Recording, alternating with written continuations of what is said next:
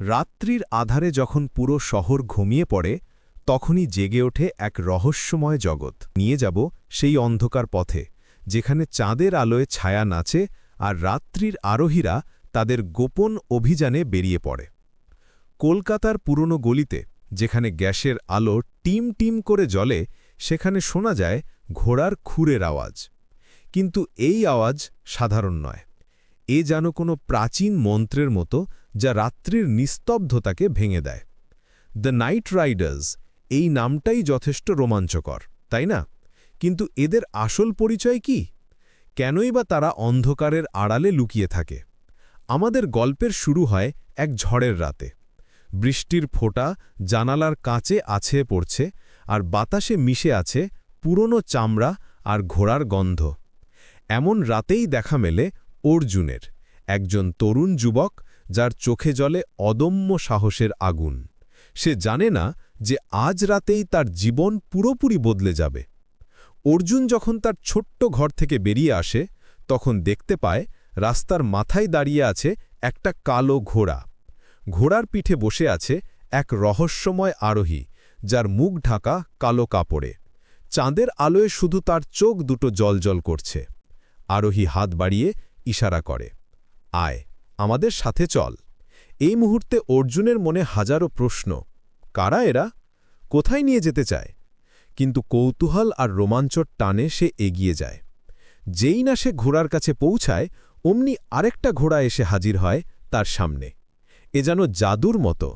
ঘোড়াটার চোখে এক অদ্ভুত বুদ্ধিমত্তার ছাপ, যেন সে বুঝতে পারছে অর্জুনের মনের কথা। রাত্রির আরোহীদের দলে যোগ দিয়ে অর্জুন আবিষ্কার করে এক অবিশ্বাস্য সত্য। এরা শুধু সাধারণ মানুষ নয়, এদের প্রত্যেকের আছে বিশেষ ক্ষমতা। কেউ অন্ধকারে দেখতে পায়, কেউ বাতাসের গতি নিয়ন্ত্রণ করতে পারে, আর কেউ বা পশুদের সাথে কথা বলতে পারে।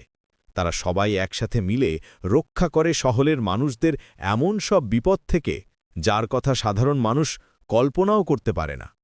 প্রথম রাতেই অর্জুন জড়িয়ে পড়ে এক রোমাঞ্চকর অভিযানে।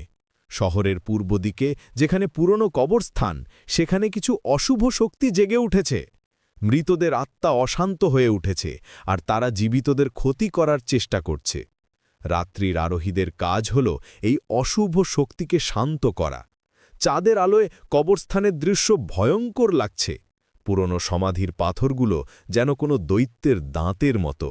বাতাসে ভেসে আসছে অদ্ভুত গন্ধ, পুরনো ফুল, মাটি আর কিছু একটা, যা বর্ণনা করা যায় না। অর্জুনের হৃদয়ে জোরে জোরে স্পন্দিত হচ্ছে, কিন্তু সে পিছিয়ে যায় না। দলের নেতা, যার নাম কালো বাজ, সে অর্জুনকে বলে, ভয় পেও না, আমাদের সাথে থাকো আর শিখে নাও কিভাবে অন্ধকারের সাথে বন্ধুত্ব করতে হয়। তার কণ্ঠস্বরে এমন এক আত্মবিশ্বাস যে অর্জুনের সব ভয় উবে যায়। হঠাৎ করেই কবরস্থানে এক অদ্ভুত আলো জ্বলে ওঠে। নীলাভ আলোর মধ্যে দেখা যায় কিছু ছায়ামূর্তি নাচছে। এরাই সেই অশান্ত আত্মা। তাদের চোখে জ্বলছে ক্রোধের আগুন, আর তারা এগিয়ে আসছে রাত্রির আরোহীদের দিকে। কিন্তু রাত্রের আরোহীরা ভয় পায় না। তারা তাদের বিশেষ ক্ষমতা ব্যবহার করে আত্মাদের সাথে যোগাযোগ করার চেষ্টা করে। দেখা যায় এই আত্মারা আসলে ক্রুদ্ধ নয়, তারা শুধু দুঃখিত। তাদের সমাধি নষ্ট করে দেওয়া হয়েছে, আর তাই তারা অশান্ত। অর্জুন এই প্রথম বুঝতে পারে যে রাত্রির আরোহীদের কাজ শুধু লড়াই করা নয়, বরং সমস্যার মূল খুঁজে বের করা আর তার সমাধান করা। তারা আত্মাদের সাথে কথা বলে, তাদের দুঃখের কারণ জানে, আর তারপর সেই সমস্যার সমাধান করে। রাত যত গভীর হয়, অর্জুনের কাছে রাত্রির আরোহীদের জগৎ তত বেশি আকর্ষণীয় লাগে। এ শুধু রোমাঞ্চের জগৎ নয়, এ এক দায়িত্বের জগৎ, যেখানে প্রত্যেকে নিজের ক্ষমতা ব্যবহার করে অন্যদের সাহায্য করে। কিন্তু এই জগতে প্রবেশ করা মানে পুরনো জীবনকে বিদায় জানানো। অর্জুন কি পারবে এই নতুন দায়িত্ব নিতে, নাকি সে ফিরে যাবে তার পুরনো নিরাপদ জীবনে?